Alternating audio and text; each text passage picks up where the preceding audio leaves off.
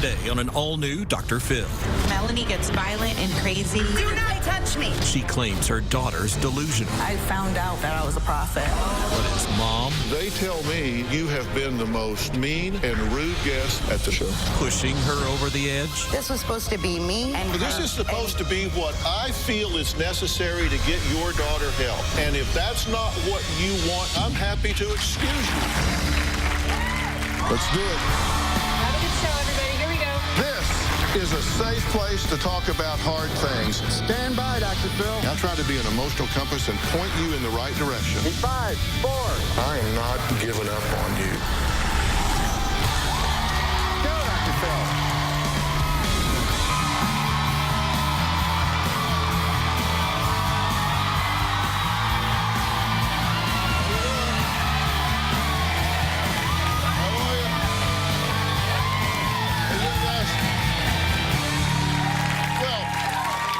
I recently received this letter from my guest Dana, who wrote to me.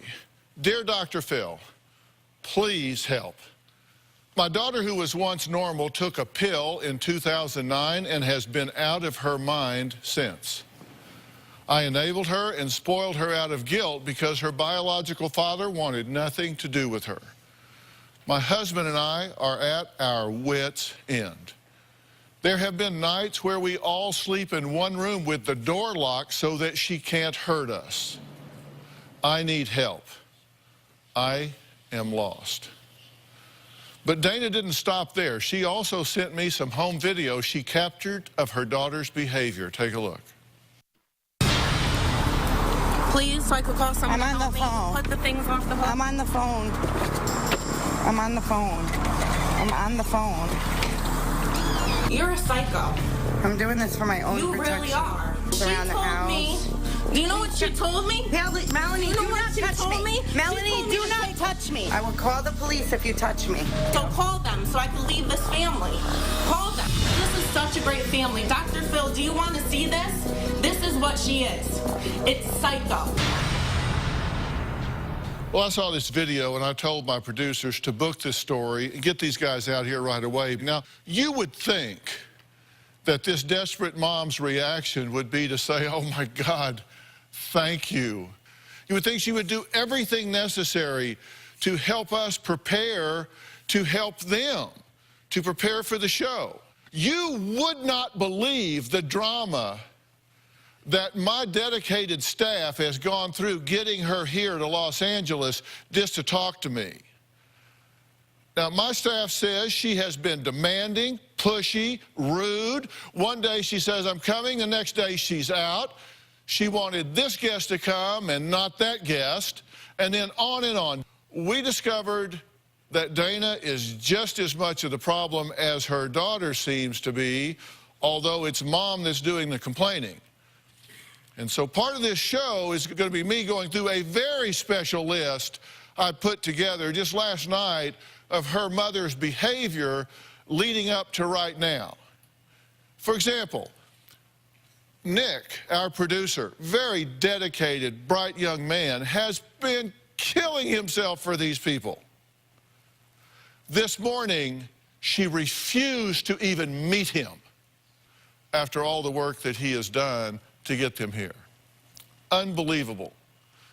Now, before we meet her, let's hear what her complaints are about her daughter. When Melanie started high school, she started hanging around with the wrong crowd. Melanie started smoking marijuana and drinking. When I was in high school, I was smoking like 4 joints a day. I was high most of the time. I spoke to her about drugs and the dangers of it, but I kept thinking in my head, well, she's experimenting, she's not giving us any problems, she's doing good in school. I thought she was going through just a phase. I never really got in trouble for it. They just thought it was like a part of growing up. Melanie began to use hard drugs. Things began to spiral out of control. She couldn't stay in school. My motivation went downhill. 5 years ago, when Melanie was 17, she took ecstasy. I felt, yeah, awesome. I saw shining lights all the time, like paparazzi. I felt as if I was a celebrity, really. Because of the drugs, she has never been the same, and I believe she lost her mind. Well, from there, it got worse. Dana says Melanie ended up in the psych ward on 5 different occasions. Melanie was talking about Michael Jackson. Do you not get it now? I don't know what you mean. I was like, what? She was saying all these weird things. I felt like I had psychic abilities. It was really scary. She was rambling on about Martians, the government following us. And I kept saying to her, Melanie, what did you do? What did you do? We found her digging up dirt in the yard, telling us Whitney Houston told her that there was a ball hidden in our yard. Michael Jackson was telling me to look at the stars, to try to find the satellite in the sky. Michael Jackson was telling her our family dog was possessed and that she needed to kill the family dog. I brought her to the hospital. They admitted her into the psych ward. They can't figure out what's wrong. The doctors have said that she has drug-induced psychosis. You cannot do drugs. This is what happens if you do drugs. Since that experience, I continue to do drugs. I just haven't been the same person. Melanie gets violent and crazy. She's been in the psych ward 5 times. Melanie has said she wanted to kill me. I'm at my wit's end with Melanie. I can't do it anymore. Okay, Dana, you say at your wit's end. What do you think you need to do at this point? I don't know what I need to do at this point. That's why I'm here. So you're lost. I'm lost. I'm desperate enough to air this on television. Do you think I know what I'm doing? I think you do. I've been watching you for 13 years. Yeah. And 10 years ago, I would have said, are these people crazy airing their dirty laundry out in public? But then it happens to your own. Do you think I know what I'm doing? I do. I do think you know what you're doing. Because I think I know what I'm doing. And if you've been watching for 13 years, you know that I also have an incredibly distinguished advisory board here, made up of the top minds in psychology, psychiatry, medicine, sociology. I know where this is going too because of 13 years. No, I mean, they come from the top learning centers from around the country. And I've sent a lot of this history out, and we've vetted it and begin to formulate some plans. And I assume you do know where this is going, because my question is, if you think I know what I'm doing, then why have you been so busy trying to tell me how to do it? I did not want this show to turn into something that I did not write about. I did not want to come out here and turn it into the poor kid who had these abandonment issues, because she did not. Melanie grew up in a great home. She grew up with love. She grew up with support. So you really don't think I know what I'm doing. You think you need to tell me what to do. No, I don't think so. And let's just decide that that's true, that let's say that she doesn't have abandonment issues, and frankly, I don't think that's a trigger for her behavior, actually. Right. I've never thought it was a trigger for her behavior. But I do look at both nature and nurture. And so I look at what kind of relationship interaction pattern you have with her, and I look at how you conduct yourself. And do you think you have conducted yourself appropriately with my staff? Yes, I do. Do you? Because they tell me that you have been the most aggressive, mean, manipulative, and rude guest they've had in their entire career at the Dr. Phil Show. I don't feel that way at all. This was supposed to be me and her. So this is supposed to be what I feel is necessary to get your daughter help. And if that's not what you want to do, then I'm happy to excuse you. And later, on one occasion, you were found roaming barefoot through the town, right? In the streets. What was going on then?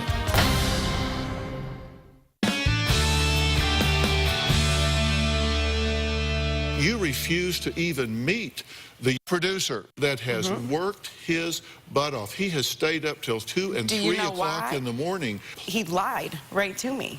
He lied to me, and I found out on Facebook.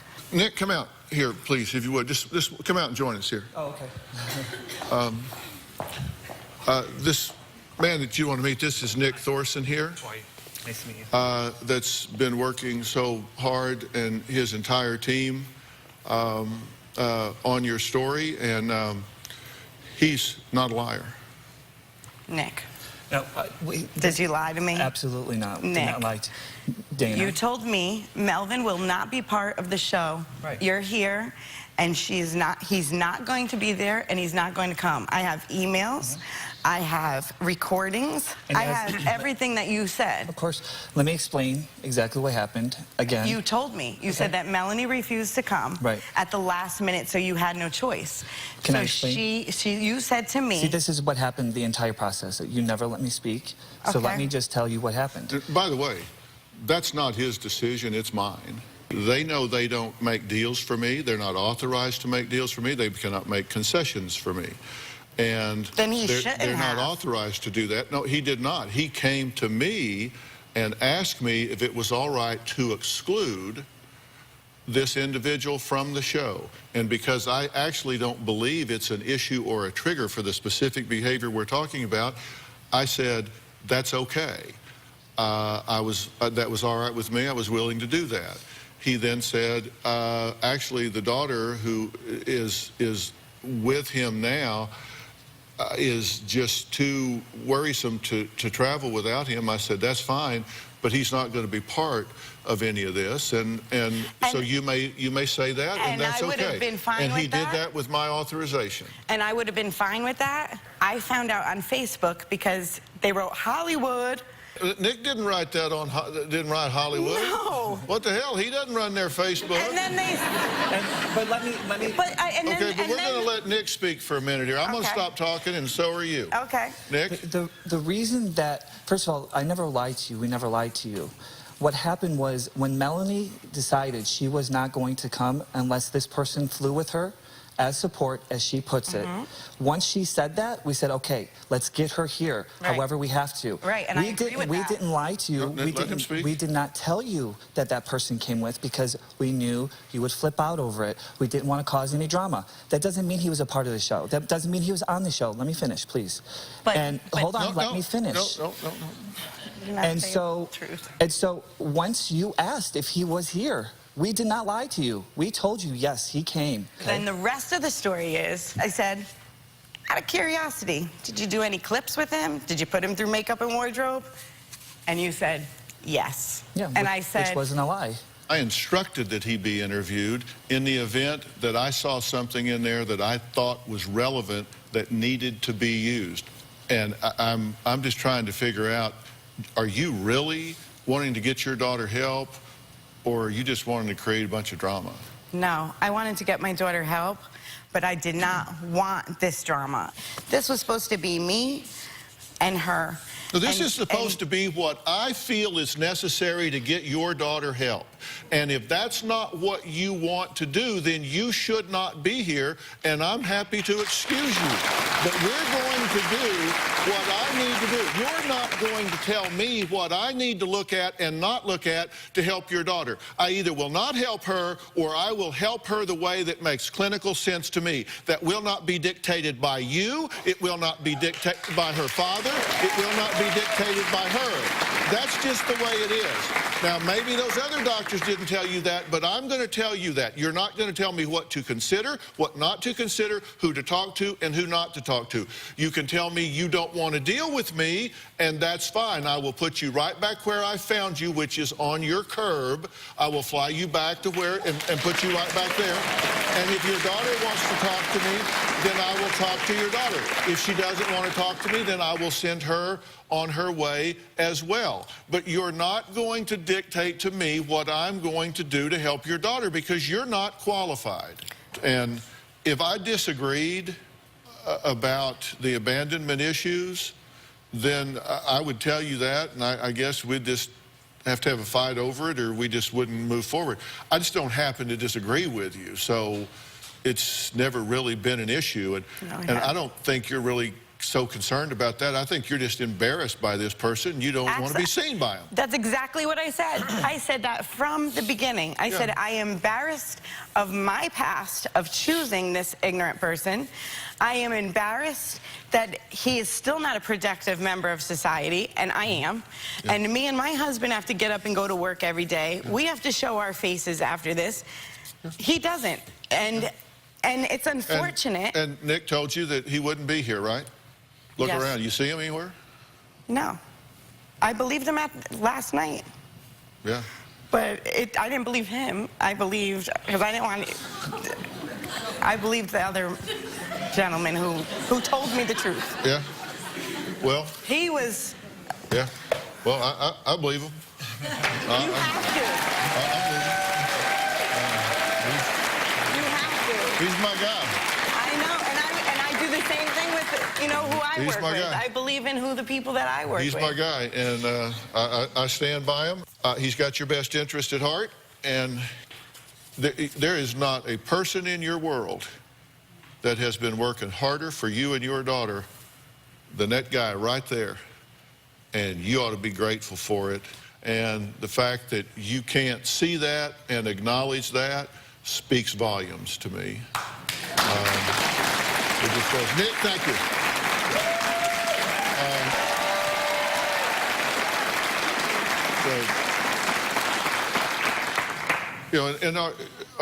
Is everybody on our team perfect and express and phrase everything exactly the right way at 1 and 2 in the morning and this back and forth? Of course not. Of course not. Everybody's human. They're trying to get to the end, which is to get help for people. And I think your behavior has been very unbecoming, and it's been very unproductive in getting your daughter help. So that's where we are. Do you want to proceed with this, or do you not? Absolutely. Totally up to you. Absolutely. That's why I'm here. I knew you were going to hammer me. I'm strong enough to have any humiliation. I'm here. It's not about humiliation. It's about owning your behavior. I've said, Nick's not perfect. I'm not. We're not perfect. But apparently you are. If I was perfect, I wouldn't be here. Yeah, don't we know it? When we come back, we are going to meet Melanie, and hopefully we're going to move on to something that has a positive outcome. We'll be right back.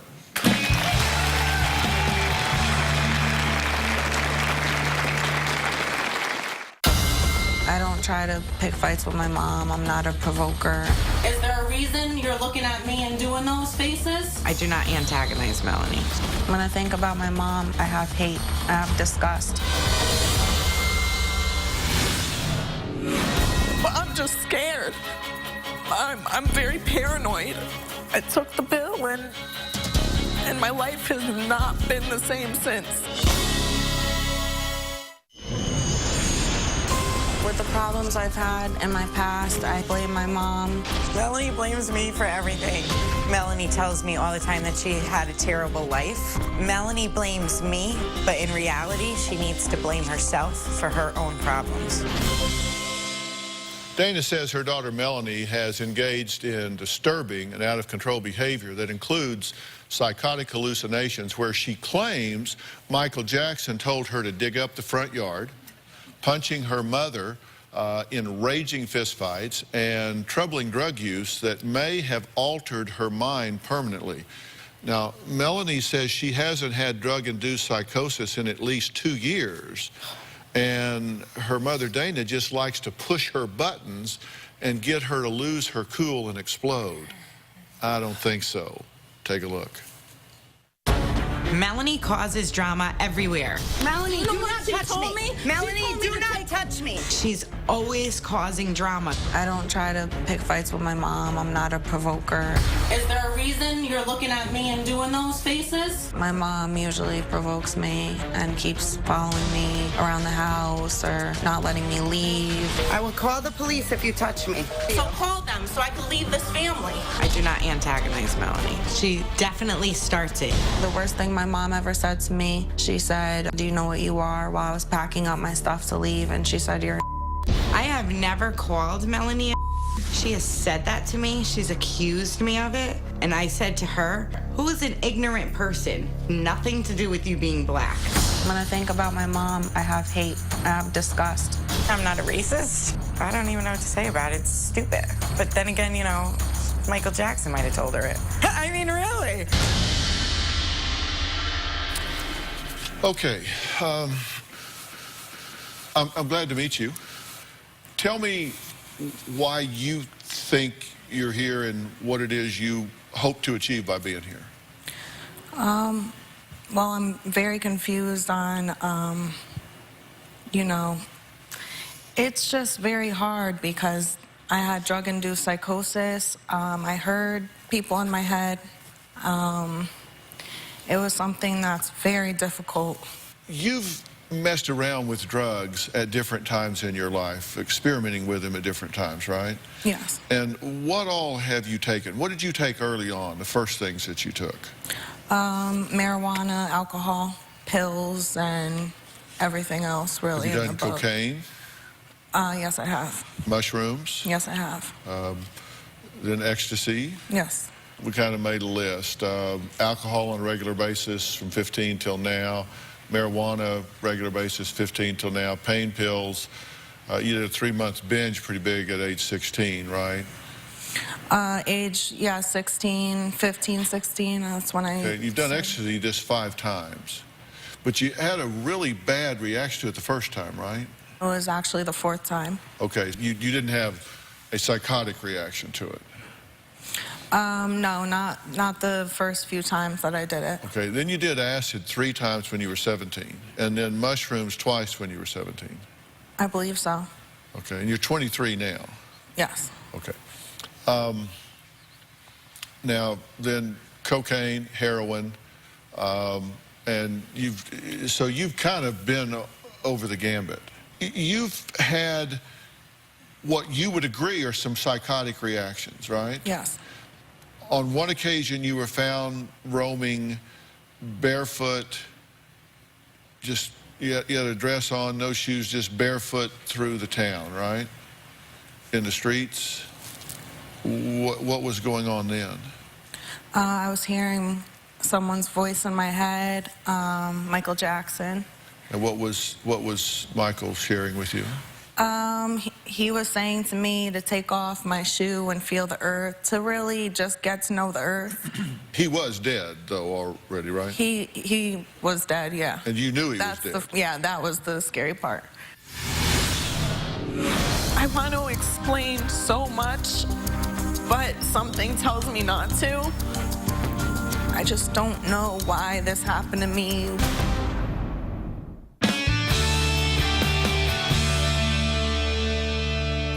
When we look at your delusions, you've believed that you were a religious prophet.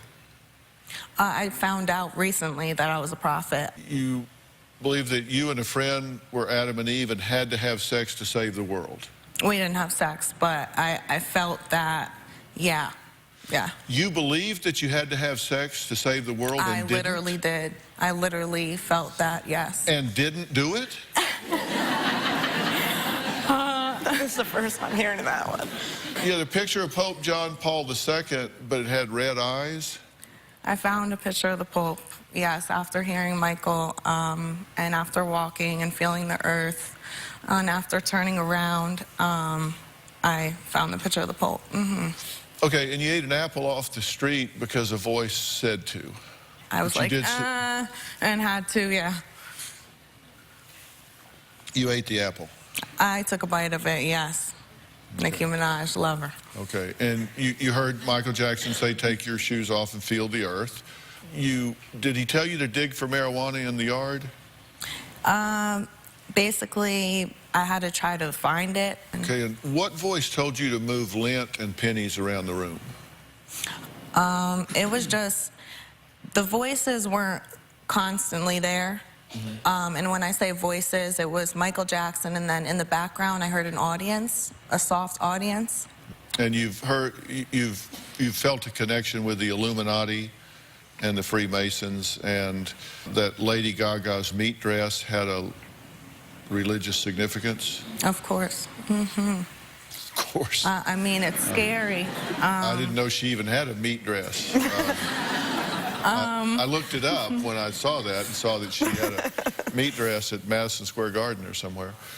The TV wasn't on, but you saw Miley on the television, right? The television was off, and I heard Disney, Miley, in the back, her voice. All right. And you believe that Obama is listening to you with a special satellite? That's actually probably true.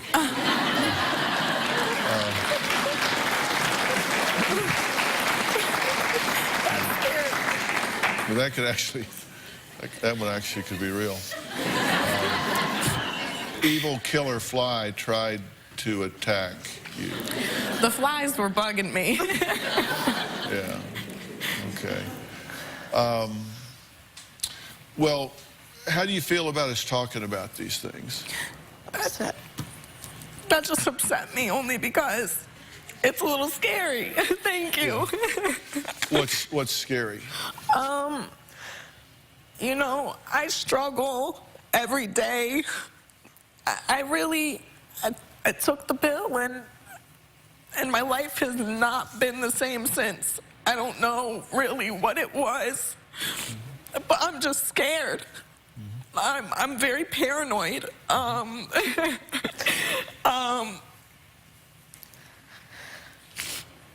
It's just, I want to explain so much, but something tells me not to. Only because, who knows? I heard Michael. I want you to look at me. I mean, really look at me. Do you sense any judgment in me at all? That I'm judging you in some bad way? Not at all. Okay. So you've talked about those things that are most difficult to talk about, and you've not been judged about them in any way whatsoever. I really hope not. And that's, I mean, that's got to be a plus, right? I mean, yeah. I just don't know why this happened to me, what triggered. We're going to talk about that, and I'm going to tell you this. Anything we do, I want to do with you, not to you. You know, we're going to make a decision. Anything that we might do, we'll do together. Okay, and it'll be what you want to do and not anything you don't want to do. So don't worry about that. There's not going to be any judgment, and there's not going to be any pressure. Okay? Thank you. So we're good with that. All right. See, I can be nice. I know. Melanie was adopted by Dana's current husband, Stan, when Melanie was just 12 years old. We're going to find out where their relationship stands now when we come back.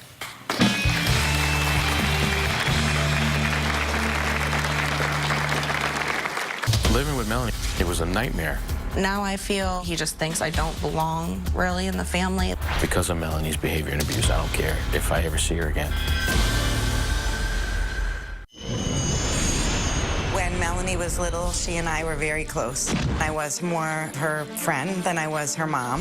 I spoiled Melanie by giving her everything. Dana says her 23-year-old daughter, Melanie, has completely ripped apart their once peaceful family with violent and unpredictable behavior after she took a hit of ecstasy when she was 17. Now, Dana's husband, Stan, who adopted Melanie, says he's glad that psycho is no longer in his house. Melanie was 7 when Stan met her for the first time. I never had a father figure in my life. He was a great dad. I loved her as my daughter. Stan adopted Melanie when she was 12 years old, and we both raised her. As Melanie's problems progressed, Stan and Melanie did not get along. Living with Melanie was a nightmare. You're a psycho. I'm calling the cops. Now I feel he just thinks I don't belong really in the family. My fuse is short now because of this. Everybody in the family has to suffer. I feel Stan resents me because I've just put them through a lot. Melanie has definitely put a strain on my relationship with Stan. But now we're fighting over this kid who could care less about us. I'm glad the psycho Melanie's not around. Because of Melanie's behavior and abuse, I don't care if I ever see her again. How do you feel about his He loves her. He gets mad. He says things but he loves her. You know, How do you get along with Stan?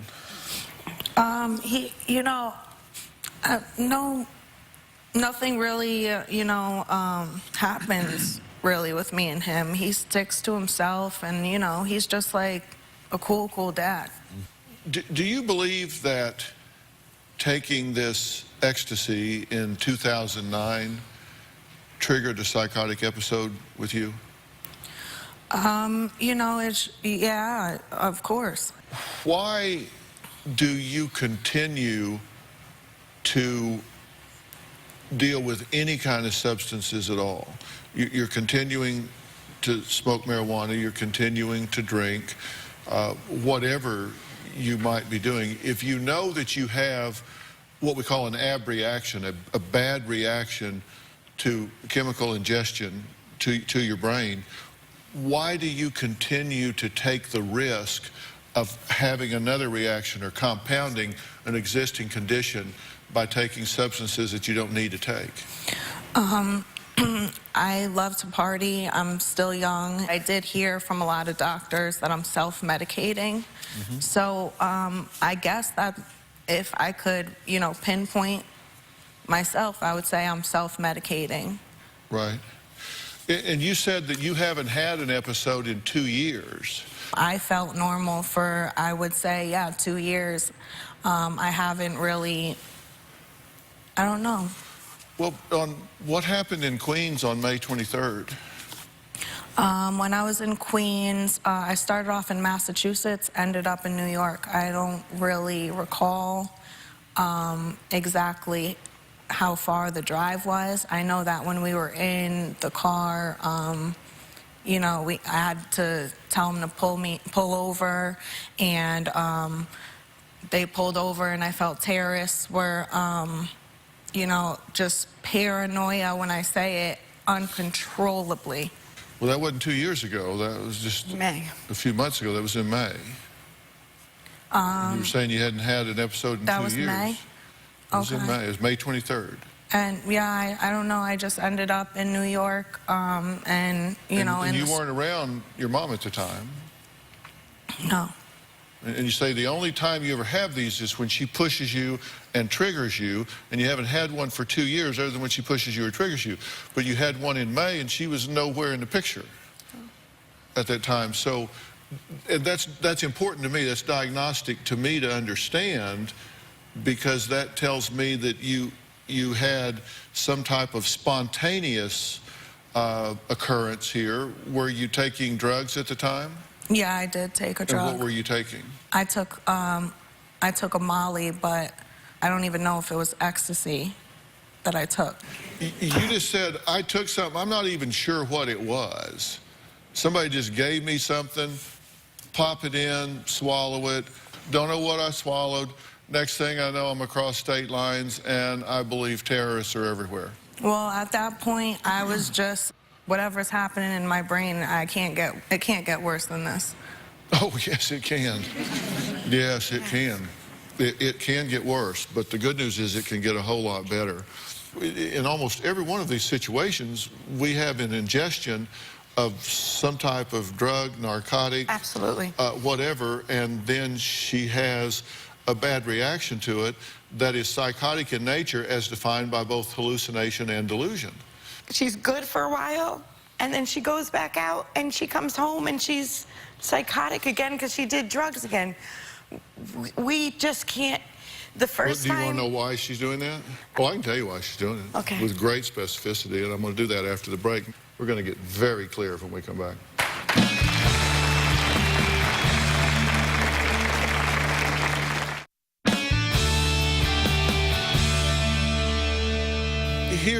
Here's the deal, and I'm going to tell you this as best I see it. There is such a thing as drug-induced psychosis. That's not a myth. And some people's brains are biochemically balanced in such a way that they can have a really dramatic reaction to certain chemicals when you take them in. Okay. So I am diagnosed with drug-induced psychosis because, I mean, I heard that for as long as we've been going through this. Even now, I'm still like confused on just everything. I mean, this is just too much for me. I'm stressed. Okay. I'm stressed out to the limit. I mean, I feel like I can't just live my life. I mean, I have someone else in my family with drug problems, and I mean, they sure didn't do, you know, half of the things that I have to go through. But everybody's different. And let me explain this. Let me finish, okay? Let me explain this. And I want you to understand this very clearly, because I think right now, I think you are confused. And it's kind of like listening to two radio stations at the same time, two different ones. Right, that's what I was trying to... Yeah, you got right. two stations and they're both playing and talking, and it's like you can't really understand either one of them because they're each interfering with the other, and so it gets really confusing. And right now, I said I was going to be very specific about why she keeps doing this if she knows the effect, because nobody's ever given her any alternative coping skills. And so if you get into a certain point where you're bored, down, scared, or whatever, and you've taken a drug at that time, and you don't have anything to do instead, you're going to regress to the norm and take the drug. She needs to learn new ways to deal with that, new skills, new abilities. And I do think we're dealing with comorbidity here. I think you do have an addiction problem. I do think you do have a neurological imbalance here. And I do think you have some emotional issues that have spun out from this. So I think you got kind of multiple things going on. And I don't think you're ever going to get better unless you deal with all of those things at one time. And I have some options for you, and I have a question for Melanie when we come back. We'll be right back.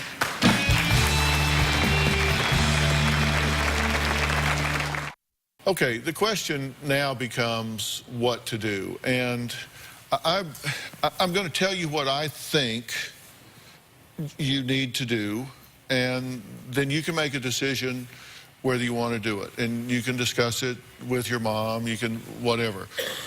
This is Victoria Herbert right here. Hi, Victoria. This is Victoria Herbert right here. And she is from an organization called New Directions for Women. And New Directions for Women is exactly what I'm describing. It's a dual diagnosis program. It's a program that says, I'm not going to treat like an addiction, I'm going to treat the whole woman. And it's a beautiful facility down in Costa Mesa, California. And I've made arrangements with Victoria and her people there to offer you, just as our gift to you, for you to have the opportunity to go there and work with these people and have a full and complete evaluation, diagnostic workup, to give you the opportunity to get this jumbled wiring in your brain unjumbled. Is it really like that? It is like that. It's very much like that. And I think that's why you feel confused. I think that's why some of your reasoning jumps around. And I think that we need to detox you in a very careful way. I hate hospitals. Well, this isn't a hospital. This isn't a hospital. I hate psych wards. I hate... This isn't a psych ward. I mean, it's just... Listen, the only thing, let me tell you. I mean, really, it's like... But you're running away from something that's never going to go away. Hold on. I feel like I'm just getting scooted along to wherever anybody wants me. I just feel misunderstood.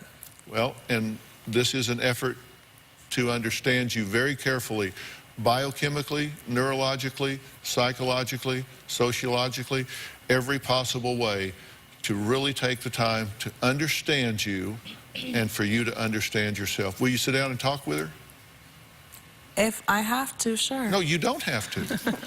No, you don't have to. Well, I'm willing to, sure. Okay, that's good. That's, because you don't have to, but I want you to. I think you will. And And Victoria, you think you guys can really help her, right? I really do. And Melanie, I do hope you accept this opportunity and this gift. New Directions for Women, like Dr. Phil said, is a beautiful place, but it's a very home-like and safe and loving environment. It's not a hospital. It's going to be a good fit for you. And you can be there if she wants you to, or not, just whatever you want to do. But I want to arrange for y'all to sit down and talk backstage and do what you want to do. You're running this from this point forward. Do whatever you want to do. Fair enough? Mm-hmm. Okay, deal? Mm-hmm. Okay. All right, I want to thank all of my guests today. A special thanks to New Directions for Women. You can learn more about New Directions for Women at newdirectionsforwomen.com, which can be found on the resource page at drphil.com. If you want to weigh in on today's show, log on to drphil.com, share your thoughts on our message boards, or use hashtag Dr. Phil and hashtag Erratic Life on Twitter and Facebook. Thanks for being here. So long.